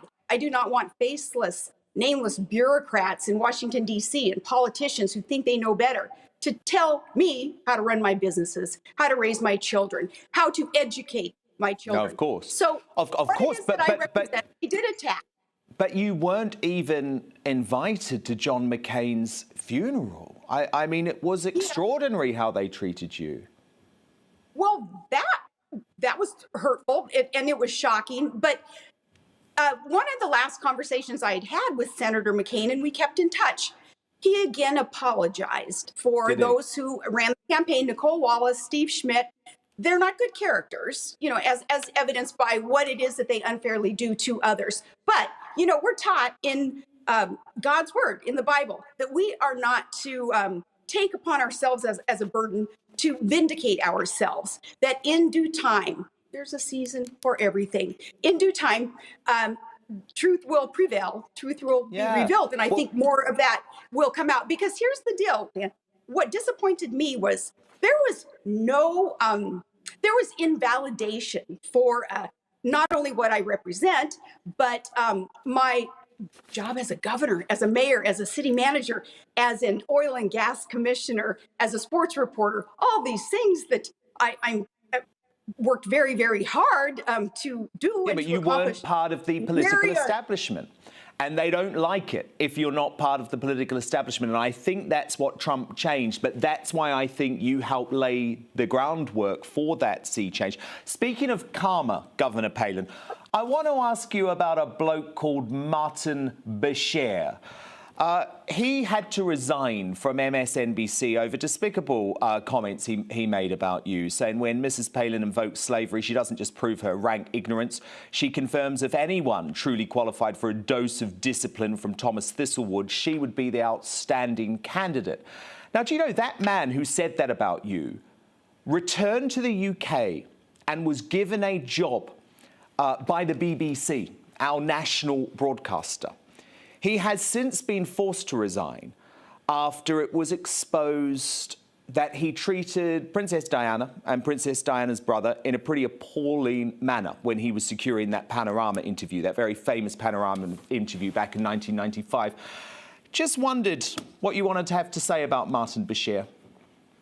Well, Martin gives journalists in general a real bad name, because if people believe that he represents what journalism is today, then it is no wonder that journalists have about as much credibility in the public eye as a politician does.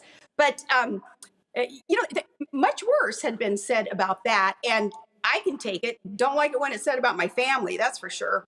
I mean, that's when the mama bear rises up, as any mother would protect her cubs. But yeah, I mean, there's athletes. Mike Tyson, he was such a jerk. He was sexist. He was gross. The things that he said on the air about me, and he wasn't. I mean, he's still Mike Tyson to so many people. That just one example. But again, other people have had it a lot worse, because I'm of the belief that sticks and stones are going to break my bones, and words, they're not going to hurt me. Ultimately, they won't hurt me. Yeah, but it was just accepted because you were a conservative woman, and I think that's what's so terrible about it.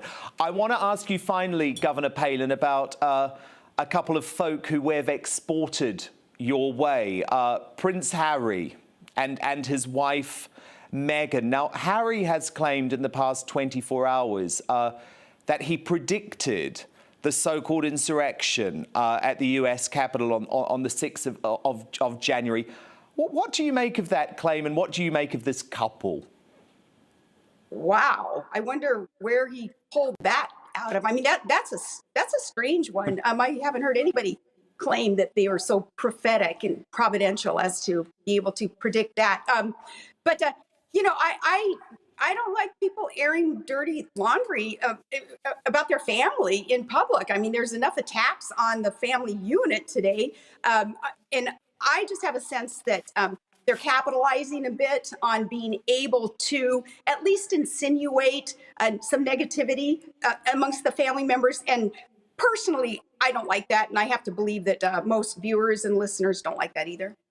No, I couldn't agree more. I couldn't agree more. Governor Palin, so great to catch up with you. We'll speak again very soon. Thank you so much, Sarah Palin, former governor of Alaska and, of course, former Republican vice presidential nominee.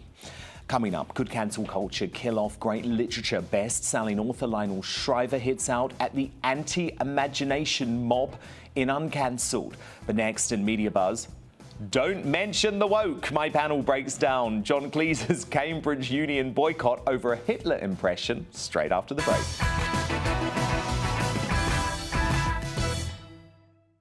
You're watching GB News live across the UK and the world on our digital stream. GB News is Britain's news channel. We are the UK's home of discussion and debate from all perspectives. We are here for you. Don't forget to join our YouTube community by clicking on that subscribe button. And if you want the GB News app, you can click and catch up on programmes anytime. We love to hear from you, so email us. gbviews@gbnews.uk. Thanks for being part of the GB News family. My name is Andrew Doyle. Join me every Sunday evening at 7 p.m. for Free Speech Nation. This is a show where we address current affairs and news stories of the week with the help of two wonderful comedian panellists. I brought in comics because I want to give it a lighter edge, and also they work for less. See you there.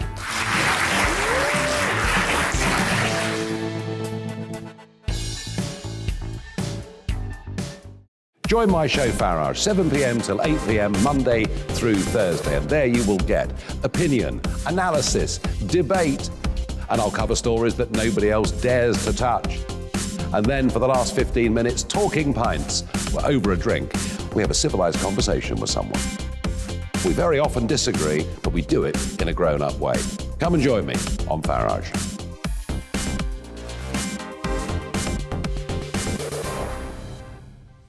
I'm Colin Brazier. I've reported from more than 70 countries around the world, covered wars from Afghanistan to Iraq, from Lebanon to the Balkans. I'm trying to bring that experience, that feel for events, to the studio. And something else. I'm ready to give an opinion. Today's stories with a spark. Brazier from 8 p.m. weekdays on GB News.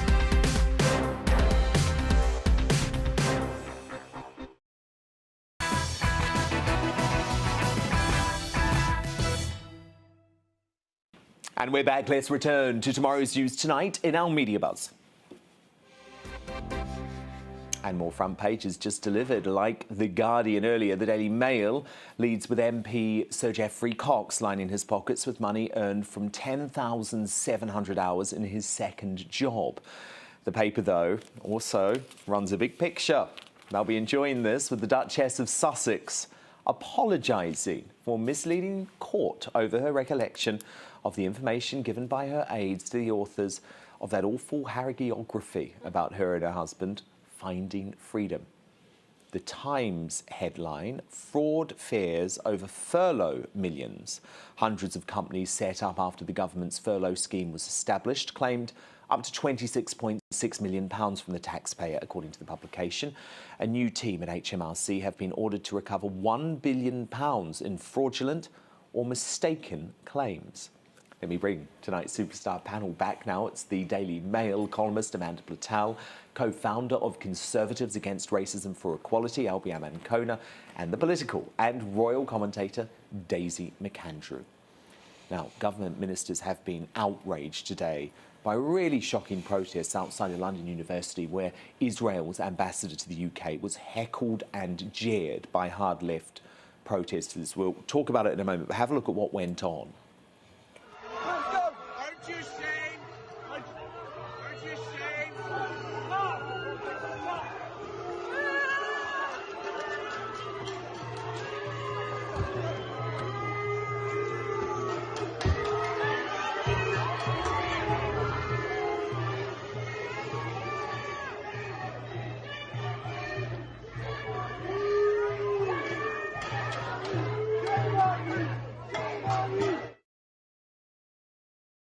Absolutely awful. So that's Zippy Hatovali, who was invited to the London School of Economics for an event hosted by the Student Debating Society.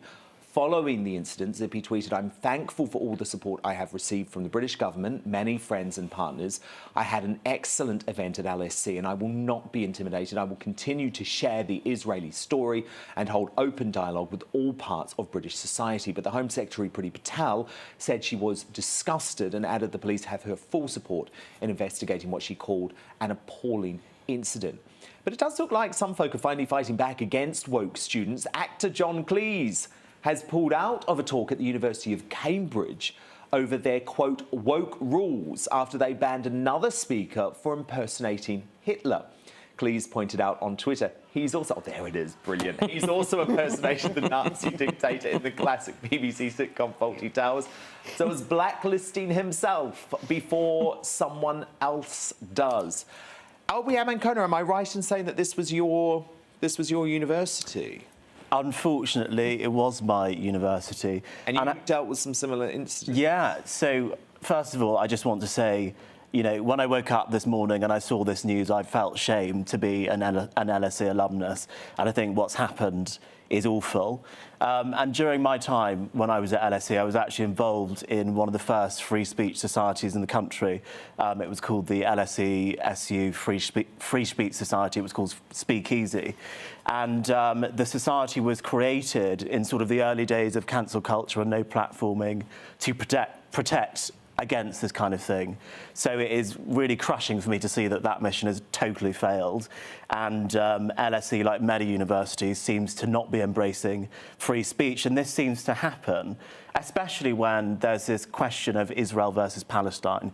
Whilst I was there, we tried to put on talk with a Palestinian person from the army called Colonel Grisha.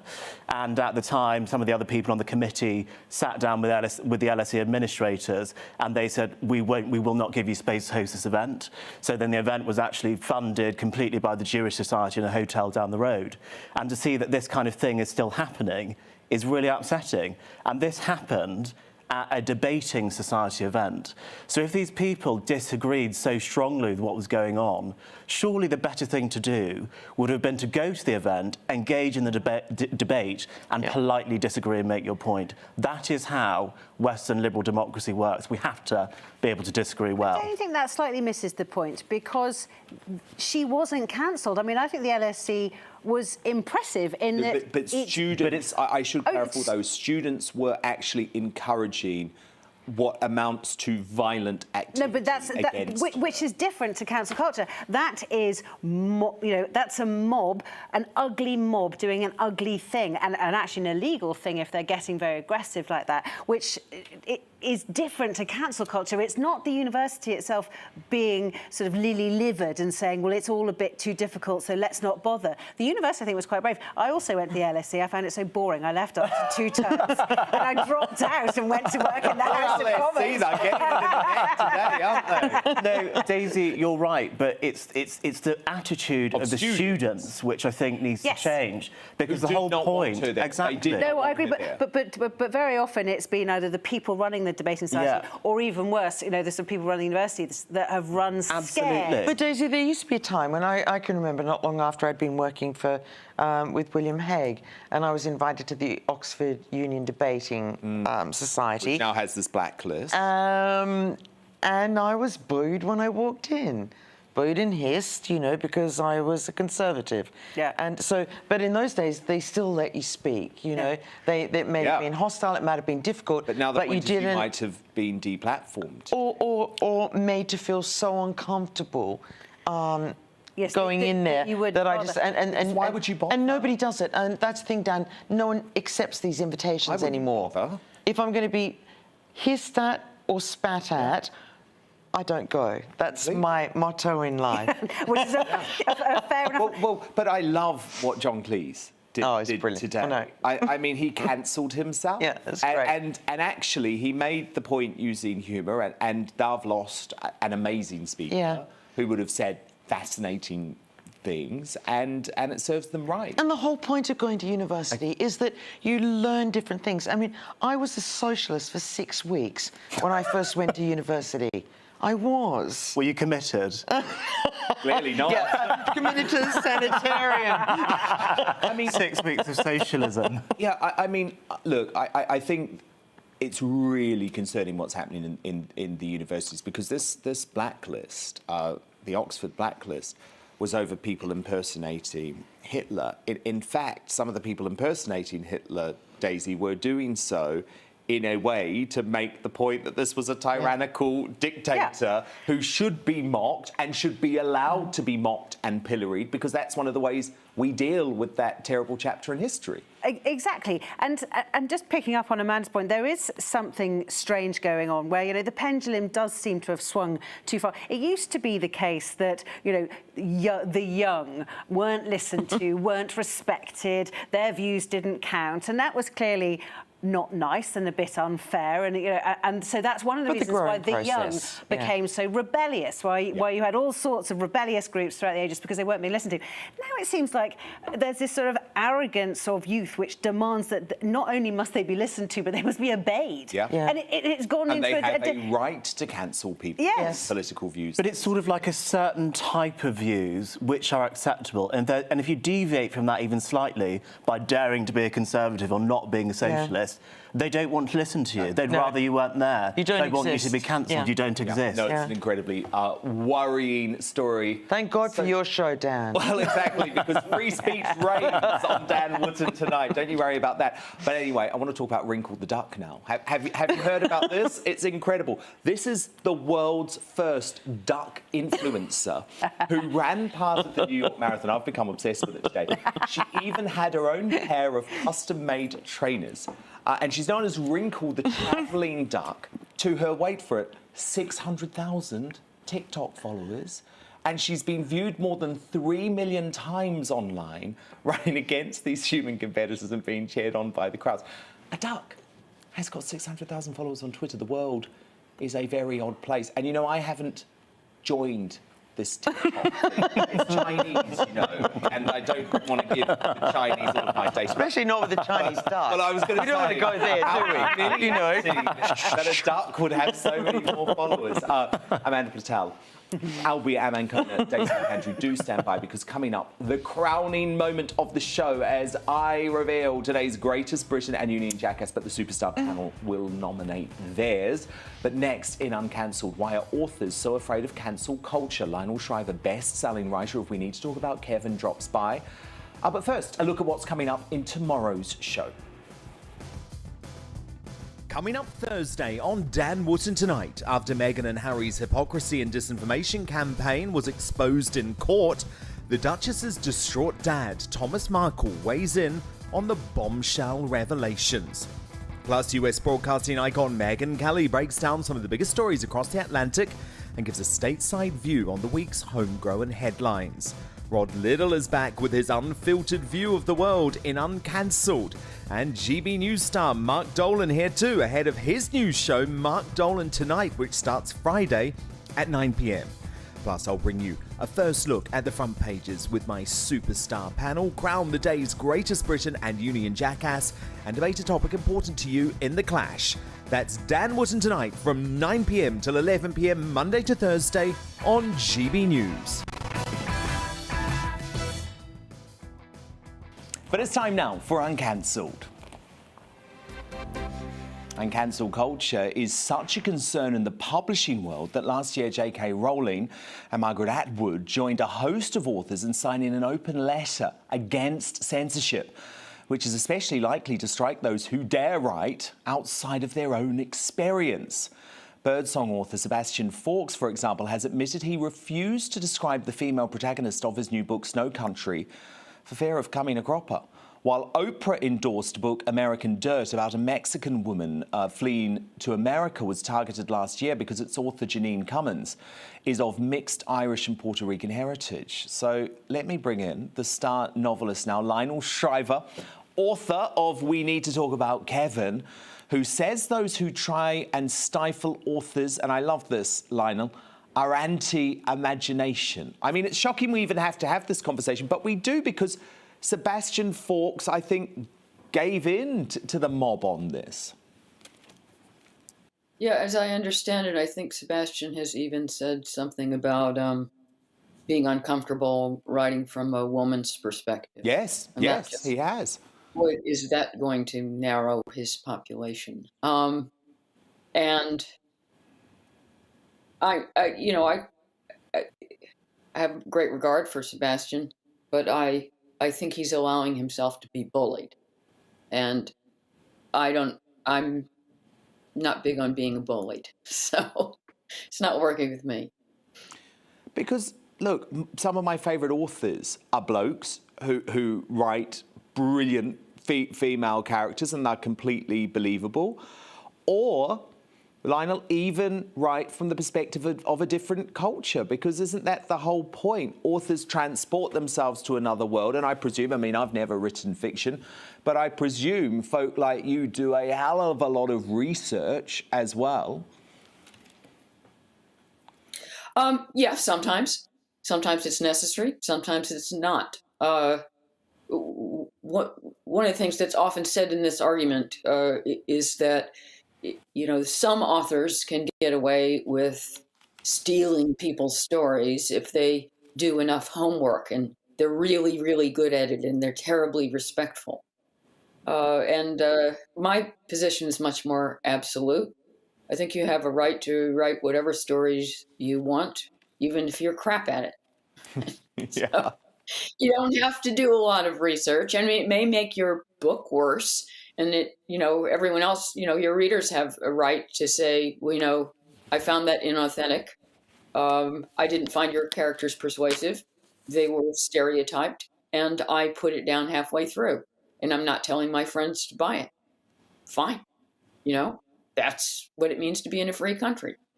But in terms of your absolute right to help yourself to stories that occur to you, then I back it. I back it absolutely. That what you make up is yours. It doesn't mean borrowing it from someone else. If I make up a Chinese character, for example, that character doesn't belong to all the Chinese people in the world. That character belongs to me. It's a made-up person, and it's also not a some kind of diplomatic representative of a group of people, of a race or a nationality. It's my character that I manipulate in the service of my story. But this is a phenomenon that we see sweeping across the entertainment industry. And I feel like woke folk who work in entertainment are starting to eat themselves, because now apparently actors can only play what they are as well. So no longer can an able-bodied actor play a disabled character. Can a straight actor play a gay character? I just despair. Yeah, well, I mean, that's anti-acting, isn't it? I mean, the whole idea of acting is pretending to be somebody else. And suddenly it's against the rules in acting to pretend to be somebody else. I mean, it could hardly get more bizarre. And I don't understand why this stuff has been calcified at an institutional level. Why there's not more pushback out of self-interest in publishing, in filmmaking, in theater. Why have all these institutions been captured? It's not in their interest. No, indeed. So what needs to happen amongst the community of authors that obviously you're a part of? Do authors need to start backing each other more, start talking about the need to be able to write from lots of different points of views? Because I fear there's a creep happening here. Oh, definitely. And, you know, my answer is to become ever more bloody-minded and do whatever I want. And that's why I love you. But I think we've got a problem partly because, I'll speak for authors, but of course this applies to the acting profession as well. My fellow fiction writers are overwhelmingly on the left. And I don't quite understand what sorting mechanism means that almost everyone in literature has the same political proclivities, but we'll leave that to one side. What that means is that they want to maintain their bona fides among their fellow travelers, right? So they want to please. And if all these bogus rules come in from their side of the political spectrum, then they feel obliged to obey them, instead of, again, acting out of self-interest and saying, you know, applying a bunch of rules to an occupation that I joined partly because it didn't have any rules is going to constrain what I can create. And so, you know, why don't I question these rules? I mean, there's apparently some new goofball edict that you can't describe anyone's skin color using food. Why don't we say, actually, okay, coffee colored complexion is a little cliched. Maybe we could come up with something a little more inventive, but why is it insulting? Right? We've said, you know, white people have a peaches and cream complexion forever.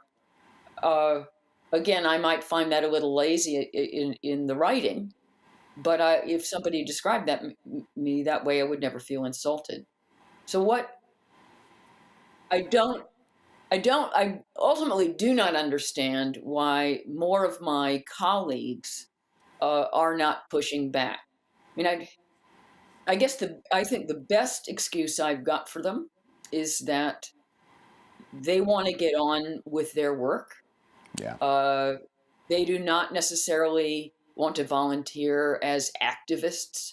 And they probably don't want to be cancelled, do they? They want to stay home at their computers and make up stories, and also, you know, who wants to bring unholy hell down on their heads? No. Well, thank you, Lionel Shriver, for speaking up, because we need voices like you. And it is great to talk to you again. That is Lionel Shriver, the author of We Need to Talk About Kevin, and of course, Spectator columnist too, with tonight's Uncancelled. But look, I want to bookend the show with the Sun front page, which is just in. And of course, I did talk about this in my digest at the top of the show.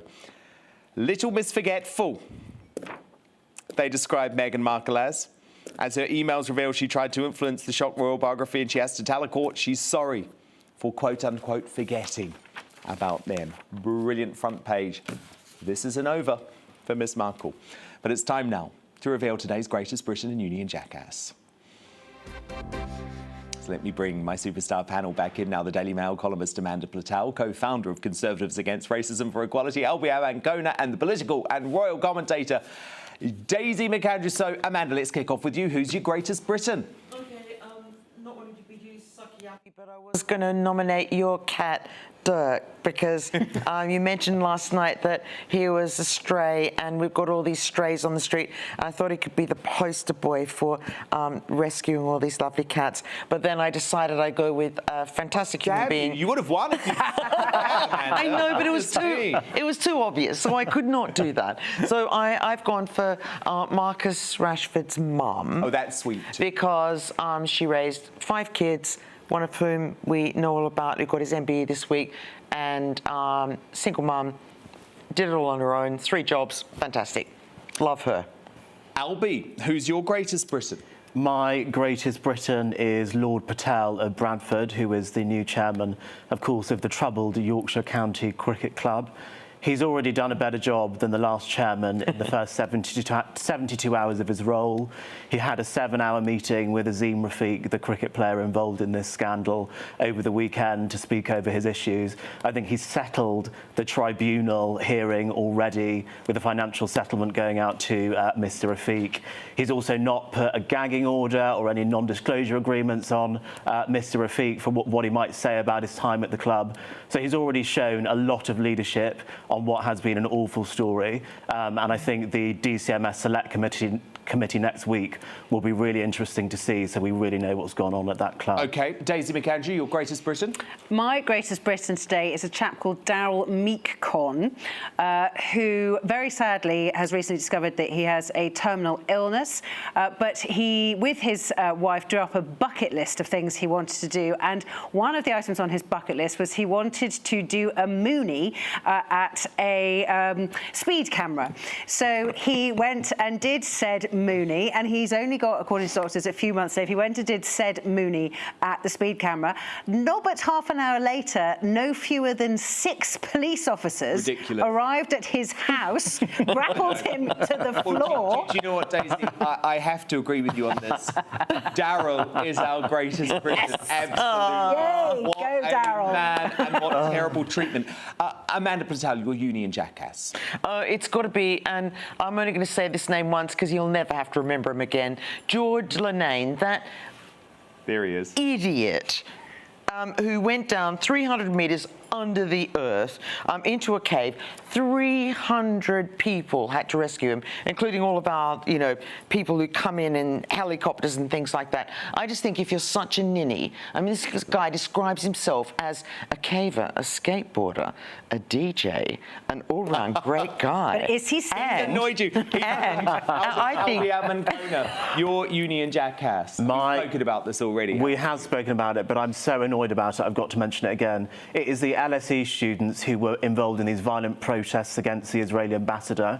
You can disagree with people without being violent and saying that we should smash their car windows and actually shut down debate and free speech at one of the most famous educational institutions in the country. And it's made an international embarrassment of Britain, so they should be ashamed of themselves. And Daisy McAndrew, your Union jackass nomination. I'm afraid I'm going back to my friend Daryl, and I've nominated the 6 police officers who stormed round to his house to grapple him to the ground and arrest him and caution him for his indecent exposure with his Moonie.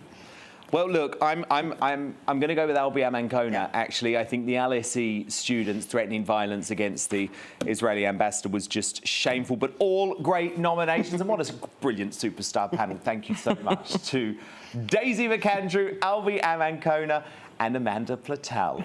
I'll be back again tomorrow night from 9 p.m. with my exclusive interview with Thomas Markle. Good night. Good evening. Most of us will have a dry day tomorrow, likely to be fairly dull to begin with, and some thick fog patches around in places as well, but steadily, for many, it'll get a little brighter through the day. There's a couple of weakish weather fronts close by to the UK, but developing out in the Atlantic, there's this area of low pressure. That will bring a spell of wet and windy weather. Starts on Thursday night and continues through much of Friday.